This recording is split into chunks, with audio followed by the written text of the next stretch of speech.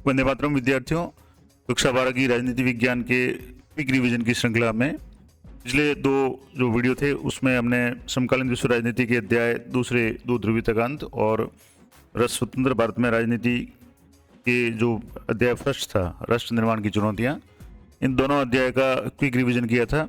मैंने 10 से 12 मिनट के अंदर पूरे पाठ का रिवीजन करने का प्रयास किया था और साथ ही इस बार एक नवाचार करते हुए पाठ से संबंधित जितने भी मल्टीपल चॉइस क्वेश्चंस बन रहे हैं उनमें से इंपॉर्टेंट जो 15 प्रश्न हैं उनकी एक गूगल क्विज तैयार की थी, जिसका लिंक मैंने उसी वीडियो के डिस्क्रिप्शन में दिया हुआ है, जहां से आप पाठ का एक बार रिवीजन हो जाए, वीडियो देख लें, उसके बाद में आप अपना मूल्यांकन कर सकते हैं। साथ में जितने भी प्रश्न हैं उनमें आपके जितने भी उत्तर देंगे उसके बाद में आप चेक कर सकते हैं कि आपके उत्तर सही है या गलत है। तो इस तरीके से आपके लिए ये रोचक भी हुआ। बहुत बड़ी संख्या में जो भी स्टूडेंट्स हैं और शिक्षक साथियों ने इस क्विज में भाग लिया है, अपना मूल्यांकन भी कर सकते हैं। उसके बाद में जो भी सही प्रश्नों के जो सही उत्तर है वो भी आप चेक कर सकते हैं। तो आज की वीडियो में हम बात करेंगे अध्याय 2, स्वतंत्र भारत में राजनीति का अध्याय 2, एक दल के प्रभुत्व का दौर। इस पाठ का क्विक रिवीजन करेंगे और इस पाठ के डिस्क्रिप्शन में भी मैं गूगल क्विज का लिंक देने का प्रयास करूंगा ताकि आप इससे संबंधित जितने भी प्रश्न हैं उनका आप मूल्यांकन कर सकें। तो आइए शुरू करते हैं। अध्याय 2, एक दल के प्रभुत्व का दौर। लोकतंत्र स्थापित करने की चुनौती। आज़ादी के पश्चात राष्ट्र निर्माण की चुनौती के साथ एक और गंभीर चुनौती लोकतंत्र की स्थापना करना था। नेताओं ने इसे तो विभिन्न धार्मिक और राजनीतिक समूहों में पारस्परिक एकता की भावना विकसित करने का प्रयास किया। देश के विशाल आकार के कारण निष्पक्ष चुनाव करवाना भी एक गंभीर चुनौती थी। चुनाव हेतु चुनाव क्षेत्रों का सीमांकन जरूरी था। साथ ही मतदाता सूची बनाना भी दुष्कर कार्य था, क्योंकि सारा काम पहली बार हो रहा था। उसके बाद में हमारा जो संविधान है 26 नवंबर 1949 को अंगीकृत किया गया और 24 जनवरी 1950 को इस पर हस्ताक्षर किए और 26 जनवरी 1950 को लागू किया गया। अब इस लाइन में आपके कई सारे प्रश्न बनते हैं, जैसे 26 नवंबर 1949 को संविधान को अंगीकृत किया गया था, तो ये भी प्रश्न पूछा जाता है। इसके अलावा भारत में चुनाव आयोग का गठन 1950 में जनवरी में हुआ, ये भी एक प्रश्न इंपॉर्टेंट बनता है कि चुनाव आयोग का गठन कब हुआ। तो इसके बाद में जो प्रथम चुनाव आयुक्त थे वो सुकुमार सेन बने, तो ये भी एक इंपॉर्टेंट प्रश्न है कि श्री सुकुमार सेन है वो प्रथम चुनाव आयुक्त बने। उस समय देश में लगभग 17 करोड़ मतदाता थे, जिन्हें 3200 विधायक और लोकसभा हेतु 489 यानी 489 सांसद चुनने थे। मतदाताओं में मात्र 15% मतदाता ही साक्षर थे। ये जितने भी मैं पूरा एक तरह से सारगर्भित सारांश बता रहा हूँ, जिसमें ये सारे आंकड़े आप जरूर याद कर लें कि उस समय साक्षरता की दर कितनी थी, तो 15% थी। कितने विधायक चुनने थे, तो 3200। प्रथम चुनाव आयुक्त कौन थे, सुकुमार सेन। तो ये कम से कम 2-3 बार एक वीडियो को आप देखेंगे तो आपके सारा मामला क्लियर हो जाएगा और सभी जो इंपॉर्टेंट पॉइंट्स है वो आपको याद हो जाएंगे। चुनाव करवाने के लिए 3 लाख से अधिक अधिकारियों और चुनाव कर्मियों को प्रशिक्षित किया गया और अंततः 1952 में आम चुनाव हुए। ये भी इंपॉर्टेंट प्रश्न है कि भारत में प्रथम आम चुनाव कब हुए। कुल मतदाताओं ने में से आधे से अधिक ने मतदान किया। चुनाव निष्पक्ष हुए और ये चुनाव पूरी दुनिया में लोकतंत्र के इतिहास में मील का पत्थर साबित हुए। अगला है कि प्रथम 3 चुनाव में कांग्रेस का प्रभुत्व। जैसा कि मैंने बता दिया कि पहले आम चुनाव 1952 में कांग्रेस को भारी सफलता मिली। कांग्रेस को स्वतंत्रता संग्राम की विरासत प्राप्त थी और एकमात्र पार्टी जिसका संगठन पूरे देश में था, और इसके जो नेता थे जवाहरलाल नेहरू, भारतीय राजनीति के सबसे करिश्माई नेता थे उस समय। और आम चुनाव में 489 में से 364 सीटें उनको मिली। दूसरे आम चुनाव में 1957 में कांग्रेस की स्थिति बरकरार रही, यानी सेम पोजीशन रही और 371 स्थानों पर सफलता प्राप्त हुई। तीसरा आम चुनाव था 1962 में हुआ था, जिसमें भी कांग्रेस ने 2/3 बहुमत प्राप्त कर 361 जो सीटें हैं वो प्राप्त की। यानी पहली बार में 489 में से 364, दूसरी बार में 371 और तीसरी बार में 361 सीटें प्राप्त की, 361। और केंद्र और अधिकतर राज्यों में एक बार फिर एक दलीय प्रभुत्व की स्थापना हुई, यानी एक ही दल का शासन राज्यों में और केंद्र में रहा। किसी भी राजनीतिक दल को लोकतंत्र में विपक्षी दल की स्थिति भी प्राप्त नहीं हुई थी। ये प्रथम 3 चुनावों की बात है। उसके बाद में आगे का जो है वो आगे देखेंगे। अगला जो पॉइंट है कांग्रेस के प्रभुत्व की प्रकृति, यानी कांग्रेस का जो प्रभुत्व था उसकी क्या नेचर थी, क्या प्रकृति थी। तो भारत में कांग्रेस की असाधारण सफलता की जड़ें स्वतंत्रता संग्राम की विरासत में है।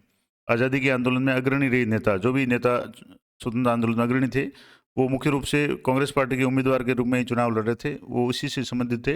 कांग्रेस पहले से ही संगठित पार्टी थी, जिसकी स्थापना 1885 में आपको पता है एओ ह्यूम द्वारा हुई थी, ऑक्टेवियस अलेक्जेंडर ह्यूम द्वारा। और 1959 तक कांग्रेस भारत है वो कांग्रेस पार्टी के प्रभुत्व के दौर से गुजरा और भारत में एक पार्टी का प्रभुत्व का दौर दूसरे देशों की पार्टी के प्रभुत्व के दौर से एक तरह से भिन्न था। यानी एक तो भारत में एक पार्टी का प्रभुत्व था और कई विश्व के दूसरे देशों में भी एक ही पार्टी का शासन था, लेकिन उनमें कुछ अंतर था। भारत में कुछ विशेषताएं थी, क्या थी? तो पहली विशेषता थी कि अन्य देशों में एक पार्टी का प्रभुत्व है लोकतंत्र की कीमत पर कायम हुआ, जबकि भारत में एक पार्टी का प्रभुत्व लोकतांत्रिक स्थितियों में कायम हुआ। बड़ा इंपॉर्टेंट पॉइंट है कि भारत में लोग जो भी एक पार्टी का प्रभुत्व है लोकतंत्र की कीमत पर कायम हुआ। यानी अन्य देशों में तो क्या हुआ कि जैसे एक से दूसरा दल कोई था ही नहीं या दूसरे दल को मान्यता नहीं मिली थी, ऐसी स्थिति थी। लेकिन भारत में कोई भी दल अपना चुनाव लड़ सकता था और भारत की परिस्थिति है वो लोकतांत्रिक स्थितियों में हुई थी, यानी एक दल का जो प्रभुत्व था लोकतांत्रिक तरीके से हुआ था। दूसरा कि अन्य देशों में एक पार्टी का प्रभुत्व संविधान में एक पार्टी को ही शासन की अनुमति देने या कानूनी या सैन्य उपायों के चलते कायम हुआ, जबकि भारत में विभिन्न पार्टियों के बीच में मुक्त और निष्पक्ष चुनाव के जरिए ये प्रभुत्व कायम हुआ। तो ये इंपॉर्टेंट पॉइंट था कांग्रेस के प्रभुत्व की प्रकृति के संबंध में। अगला है कांग्रेस एक सामाजिक और विचारात्मक गठबंधन के रूप में है। तो उसके कुछ पॉइंट्स है। तो पहला पॉइंट है कि कांग्रेस की स्थापना 1885 में हुई थी और उस समय यह नवशिक्षित कामकाजी और व्यापारिक वर्गों का एक समूह भर थी, लेकिन 20वीं सदी के शुरुआत तक इसने जन आंदोलन का रूप ले लिया। दूसरा पॉइंट है कि कांग्रेस ने अपने अंदर क्रांतिकारी, शांतिवादी, कंजर्वेटिव, रेडिकल, गर्मपंथी, नरमपंथी, दक्षिणपंथी, वामपंथी और हर तरह के मध्यम मार्गियों को समाहित किया। यानी इसमें समाज के हर तबके के लोग जुड़े हुए थे जो स्वतंत्रता संग्राम से जुड़े हुए थे, और कांग्रेस एक मंच की तरह थी जिस पर अनेक समूह और राजनीतिक दल आकर जुटते थे और राष्ट्रीय आंदोलन में भी भाग लेते थे। ये इसकी बड़ी विशेषता थी और जिसके कारण इसको भारी सफलता मिली शुरुआती जो सालों में। तीसरा जो पॉइंट है कि अपने गठबंधनी स्वभाव के कारण कांग्रेस विभिन्न गुटों के प्रति सहनशील थी। और अगला एक जो इंपॉर्टेंट पॉइंट आता है या कई बार प्रश्न भी पूछा जाता है, कांग्रेस प्रणाली क्या है? तो कांग्रेस प्रणाली का मतलब हो गया कि चुनावी प्रतिस्पर्धा के दशक में कांग्रेस ने शासक दल की भी भूमिका निभाई और विपक्ष की भी भूमिका निभाई, क्योंकि उस समय कोई भी पार्टी है वो विपक्षी दल का भी दर्जा नहीं प्राप्त कर पाई थी, खास करके प्रथम 3 चुनावों में, यानी जो पहला दशक था 10 साल में आज़ादी के बाद से। तो इस कारण से भारतीय राजनीति की इस कालखंड को, यानी 1952 से 1970 तक का जो 3 कार्यकाल लोकसभा के थे, उनको कांग्रेस प्रणाली कहा जाता है। यानी ऐसी शासन व्यवस्था जिसमें एक ही दल शासक दल की और विपक्ष की भूमिका निभाए, तो इसी को कांग्रेस प्रणाली कहा गया। अगला है कुछ इंपॉर्टेंट जो पार्टियां या व्यक्तियों के बारे में। तो socialist party, Congress socialist party का जो गठन है खुद कांग्रेस के भीतर से 1934 में युवा नेताओं की एक टोली ने किया था। 1948 में कांग्रेस ने अपने संविधान में बदलाव किया और यह इसलिए किया गया ताकि कांग्रेस के सदस्य दोहरी सदस्यता धारण न कर सके, और इसी वजह से कांग्रेस के समाजवादियों को मजबूरन 1948 में अलग होकर के एक सोशलिस्ट पार्टी बनानी पड़ी। तो ये 1948 में बनी थी। अगला है आचार्य नरेंद्र देव, इसी पार्टी से संबंधित है कि 1900 इनका जो जन्म जीवन था 1889 से लेकर 1956 तक।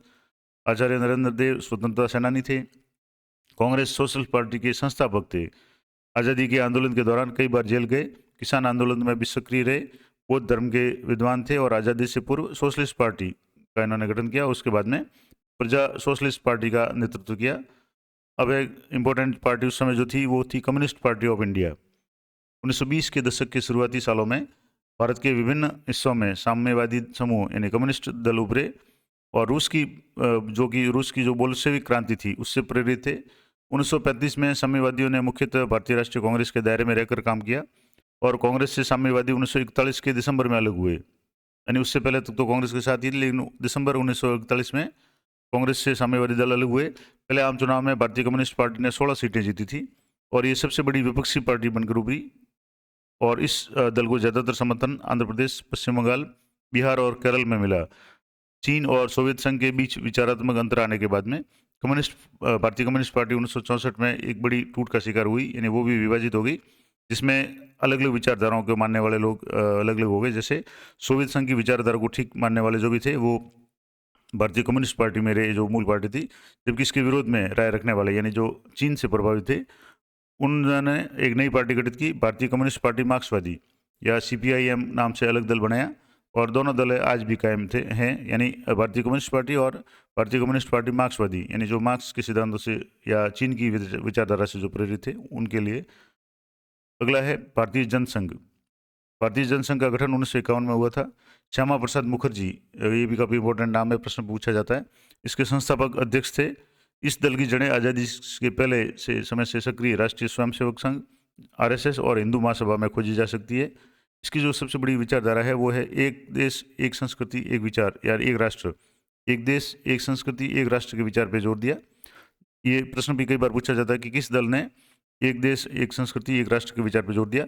जनसंघ ने भारत और पाकिस्तान को एक करके अखंड भारत बनाने की बात कही, यानी विभाजन का विरोध किया, और अंग्रेजी को हटा करके हिंदी को राजभाषा बनाने के आंदोलन में ये पार्टी सबसे आगे रही। चीन ने जब 1964 में अपना परमाणु परीक्षण किया था, इसके बाद जनसंघ ने लगातार इस बात की पैरोकारी की कि भारत भी अपने आणविक हथियार तैयार करे, और 1952 के चुनाव में लोकसभा की 3 सीटों पर सफलता मिली, और 1957 के चुनाव में भी 4 सीटें जीती। और भारतीय जनता पार्टी जो वर्तमान में है वो इसकी जो जड़ें हैं वो इसी जनसंघ से जुड़ी हुई है। अगला है स्वतंत्र पार्टी। अगस्त 1949 में स्वतंत्र पार्टी का नेतृत्व चक्रवर्ती राजगोपालाचारी, जो बाद में भारत के गवर्नर जनरल बने, इसके अलावा के.एम. मुंशी यानी कन्हैयालाल माणिकलाल मुंशी, एन.जी. रंगा, मीनू मसानी जैसे पुराने कांग्रेसी नेता कर रहे थे। ये पार्टी आर्थिक मसलों पर अपनी खास किस्म की पक्षधरता के कारण दूसरी पार्टियों से अलग थी। कौन सी पार्टी? स्वतंत्र पार्टी। सी राजगोपालाचारी 1900 जिनका जीवन था 1878 से 1972 तक, वो कौन थे? तो इनके संबंध में है कि वो संविधान सभा के सदस्य थे। सी राजगोपालाचारी स्वतंत्र भारत के प्रथम भारतीय गवर्नर जनरल थे, जो 1948 से 1950 तक बने रहे, और भारत रत्न से सम्मानित पहले भारतीय, और स्वतंत्र पार्टी 1959 के संस्थापक थे, यानी जो स्वतंत्र पार्टी 1959 में बनी थी उसके संस्थापक थे। तो ये जानकारी थी सी राजगोपालाचारी के बारे में। तो ये पूरा इस पार्ट से संबंधित जितने भी इंपॉर्टेंट टॉपिक्स है वो मैंने बता दी। खास करके इसमें जो भी फैक्ट्स है, जैसे स्वतंत्र पार्टी की स्थापना कब हुई, सी राजगोपालाचार्य प्रथम कौन थे, तो प्रथम भारतीय गवर्नर जनरल थे, इसके अलावा संविधान सभा के सदस्य थे, या और भी जो भी जानकारी इसमें दी हुई है, उनको आप 2-3 बार अगर इस वीडियो को आप बार बार देखेंगे तो सारी चीज़ें आपकी क्लियर हो जाएगी। और मुझे विश्वास है कि एक बार अच्छी तरह से आप देख लेंगे तो आपके इस पार्ट से संबंधित सारे प्रश्न कवर हो जाएंगे। और आपकी प्रैक्टिस के लिए मैं इसी पार्ट के डिस्क्रिप्शन में कोशिश करूंगा कि 15 ऑब्जेक्टिव टाइप प्रश्न है वो क्विज के रूप में दूं, जिनको आप एक बार अपना उत्तर सबमिट कर लें, और उसके बाद में सबमिट करने के बाद में अपना स्कोर चेक करें, और जैसे ही आप स्कोर पर क्लिक करेंगे तो आपको पूरा स्कोर भी दिखेगा, सही प्रश्न आपने कितने किए वो भी दिख जाएंगे, गलत प्रश्न कोई था तो उसका सही उत्तर कौन सा था वो भी आपको पता चल जाएगा। इससे आपका एक तरह से मनोरंजन भी हो जाएगा और रिविजन भी हो जाएगा, बहुत ही इंटरेस्ट आएगा। और अधिकांश जो भी स्टूडेंट है जिन्होंने इसमें भाग लिया है, मैं कोशिश करूँगा कि अलग से वीडियो बना करके कि गूगल क्विज में आप किस तरीके से भाग लें, क्योंकि कई जो स्टूडेंट्स हैं जिनको मोबाइल वगैरह का जानकारी कम है, उनको थोड़ी सी समस्या आ रही है, तो मैं आपको बताऊंगा कि आपको किस तरीके से इस क्विज में भाग लेना है। तो इसी तरह के जो भी पार्टों से संबंधित वीडियो है मैंने गत साल भी बनाए हुए हैं, और इस साल भी मैं कोशिश करूंगा कि हर पार्ट से संबंधित जो भी क्विक रिवीजन का वीडियो बनाऊँ। और मल्टीपल चॉइस के प्रश्न के वीडियो, हर पार्ट से संबंधित वीडियो मैंने पहले ही अपलोड किए हुए हैं, और विगत 2 वर्षों में 2022 और 23 के जो बोर्ड परीक्षा में 100% जो भी प्रश्न है मेरे इन वीडियो से आए हुए हैं। तो एक बार आप चैनल पर विजिट जरूर करें, इसकी जो प्ले लिस्ट है वो आप जरूर देखें। तो मिलते हैं नेक्स्ट वीडियो में, तब तक जय हिंद, जय भारत।